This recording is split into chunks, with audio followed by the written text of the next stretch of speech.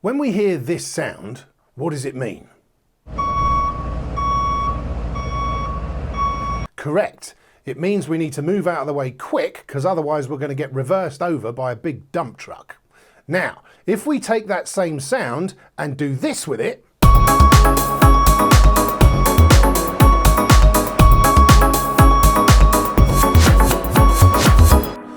the sound has taken on a whole new meaning. Now it means we can go to the discotheque and have a boogie. What we've done is Sonic Recontextualisation.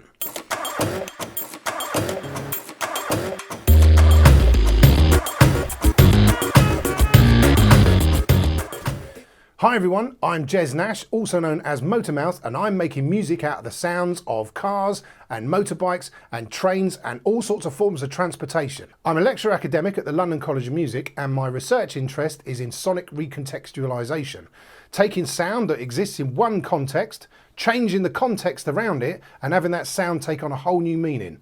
I think it's a lot of fun. What I like doing most of all is taking a vehicle and then making as many recordings of that vehicle as I possibly can. Any sound that I can get out of it, and then I make those sounds into a track.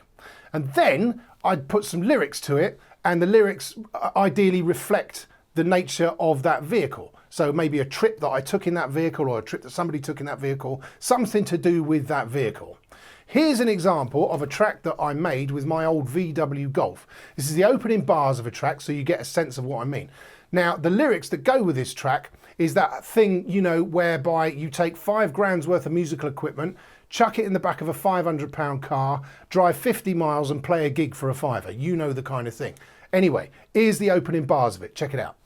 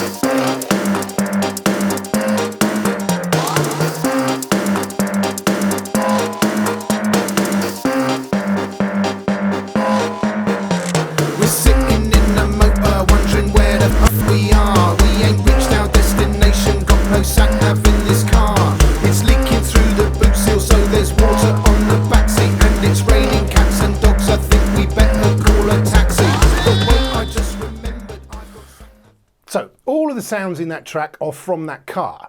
Obviously, as you can hear from the opening bars, they've been manipulated a little bit, and you can hear a bit of that manipulation going on, like when the exhaust sound turns into a melody. So how did this all come about? Well, back in the day, I was studying for a master's, and I was doing my master's at the London College of Music, and I needed to do what's called a final major project, right? It's the kind of culmination of everything that you're doing on the course, or things on that course which you select, which you can put into a final project. So there I was working out what I wanted to do for my final project, and I was sat in my studio and I was looking around at all my bits and pieces. I've got a couple of guitars over here, which you can't see, slightly out of shot, samplers, keyboards, bits and pieces, you know, computers, all that stuff.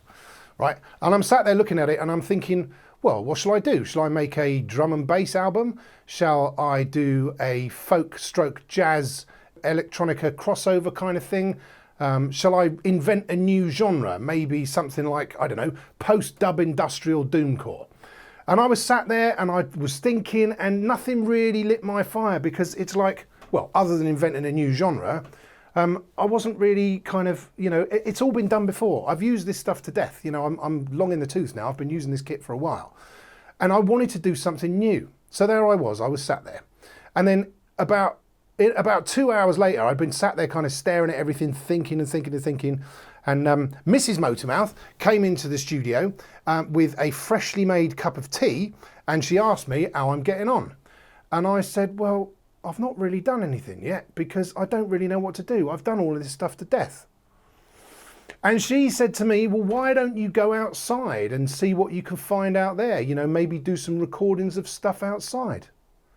And I was like, And at that point, I remembered that I'd read in that amazing publication called Sound on Sound, I'm sure you're familiar with it, there was an article in there about using found sound to sort of spice up pop recordings.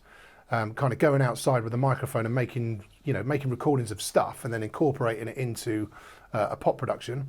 And I thought, yeah, okay, yeah.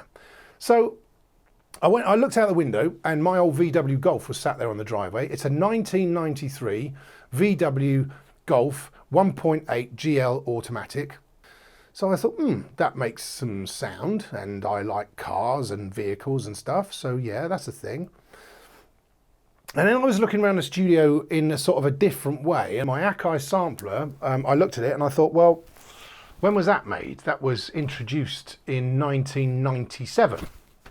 Okay. And then I looked around and I saw I've got a little Iowa mini disc recorder from the early to mid 90s. And yeah, so you could see a sort of a plan was starting to form there. Maybe I could make a 90s track, right? So there's a proper kind of theme. There's a concept and there's, you know, an artifact, and it all sort of ties in together. And that's the sort of thing that, you know, that universities really like, sort of conceptual stuff.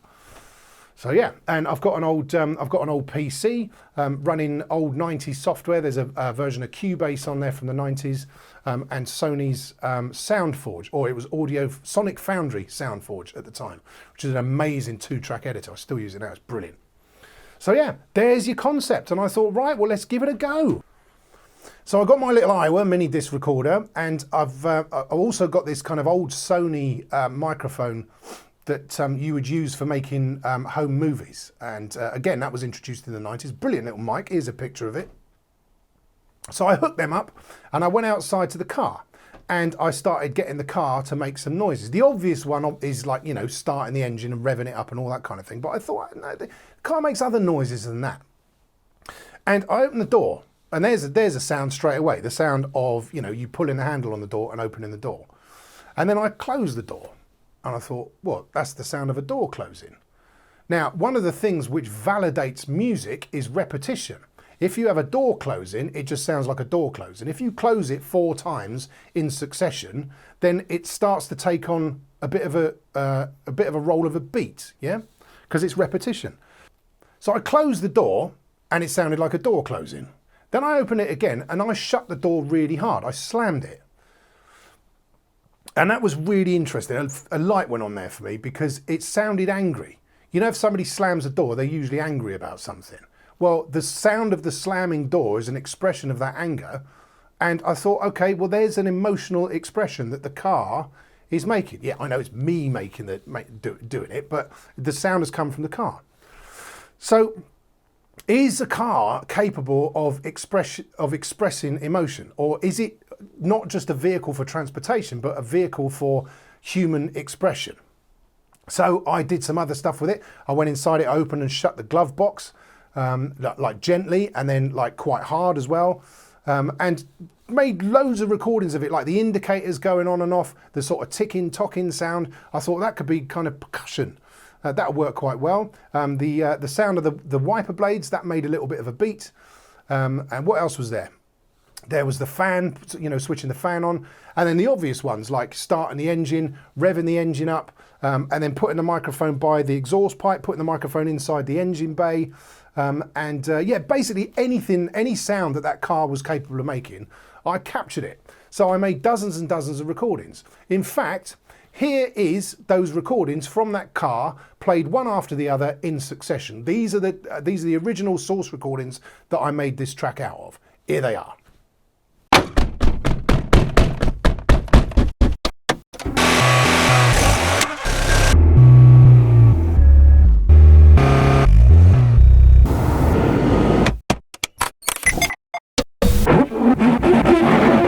So effectively, I was listening to the car as though it was a musical instrument. I was listening to the car in a new way.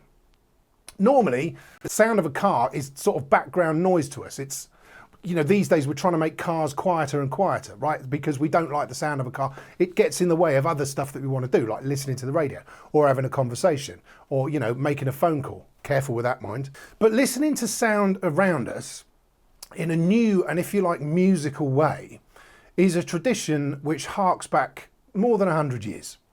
So one of the books that was on the reading list, it features this letter that this bloke called Luigi Russolo wrote to his friend. Now, Luigi Russolo was a composer in Italy at the beginning of the Industrial Revolution, right? Back in the 1900s. Now, he was composing for orchestra, and he was getting a little bit bored with composing for orchestra because he'd done it time and time again. He was looking around at his orchestra thinking, I've done this to death. When he went outside of his house, he was hearing the sound of steam engines and electrification and pumps and hydraulics and all these sounds associated with the Industrial Revolution. Can you see where I'm going with this? And in this letter he wrote to his friend, he was complaining about the fact that he wanted to use, why isn't it that why are those sounds not music? To him, it was music. The sound of, you know, the sound of a steam engine was musical. It had a sort of a repetition to it. It sort of meant something. The concept was right at the root of the musique concrète movement, which was pioneered by Pierre Schaeffer back in the 1940s. He was able to get hold of equipment that he could do this stuff with. Bearing in mind, Luigi Russolo didn't have access to that kind of recording equipment. Pierre Schaeffer had tape recorders, right? So tape recorders weren't available prior to the 1940s. He managed to get hold of one or a few, and he was able to make recordings, and then he would take those recordings and literally using scissors or a razor blade and tape, sticky tape, he was able to chop and cut and paste and do all the stuff that we can do in a digital audio workstation. Now, we take that for granted. Basically, all of that stuff is based on the work of Pierre Schaeffer. So, but he was doing it with actual tape. And he would do this devilish stuff. It had never been heard before, where you would make a recording of something and he would turn the recording upside down and then play it backwards on the tape, and it would be, you know, a completely different sound. It would be disconnected from its original meaning. And so he was able to do this stuff with, he made this, one of the first most well-known pieces of music that he made was called Etude au chemin de fer, which is a recording of a railway journey. And he made recordings inside the carriage, and he made recordings of the steam engine that was pulling it. And he chopped all of these things up and he made this piece of music. And even now, it's magical to listen to. It's on YouTube. You can listen to it on YouTube. It's wonderful. And it's definitely a piece of music, but it sounds like trains. So he's recontextualized it. So the idea started to grow. This idea of me going outside and making some recordings. It was potentially academically appropriate, and it combined two of my biggest interests, and that's music and vehicles. Now, I ended up ditching the whole 90s concept. Like, what was going to happen, for example, if I wanted to record a 2007 VW Charan? Or if my mate down the pub let me record his 1970 Chevy Camaro SS? Yeah, that wasn't going to fit with the whole 90s concept. Ditching the 90s concept also meant that I could use right up-to-date technology to do the sonic manipulation. So I could, using modern software, I was able to take the sound of, let's say, a car door slamming, and I could manipulate it a little bit so that took on the role of, for example, a kick drum in the orchestration. And maybe an exhaust note could take on the form of a melody, as it did in the excerpt that I played you earlier on. Or maybe there was something else about the car which I could kind of manipulate and turn it into a bass or something melodic. So by ditching that 90s idea, I still had this concept of vehicular sonic recontextualization, but it was open up to more creative possibilities by ditching the restriction of just using 90s software. So yeah, all good. So I took all of my recordings from my portable mini disc recorder and I brought them into, I actually did use SoundForge because I still love it, and I chopped them all up, edited, topped and tailed, labeled, and had them all so that, you know, I could just see on the screen exactly what they were, If you're going to do anything like this, I would strongly suggest that one of the first things that you do after you've made your recordings is find some way of labeling those recordings. It's really, really important, because otherwise you just get stuff like sound 1, sound 2, sound 3. But if you've got something like, you know, car horn or engine revving, or it's just straight away, it just makes it a lot more organized. So I did all of that, and I brought all the stuff into my digital audio workstation, and I crafted a track out of it, and it came together quite well. But of course it needed a vocal. Well, not of course, but I felt that it needed a vocal. Now, I'm not a lyricist, right?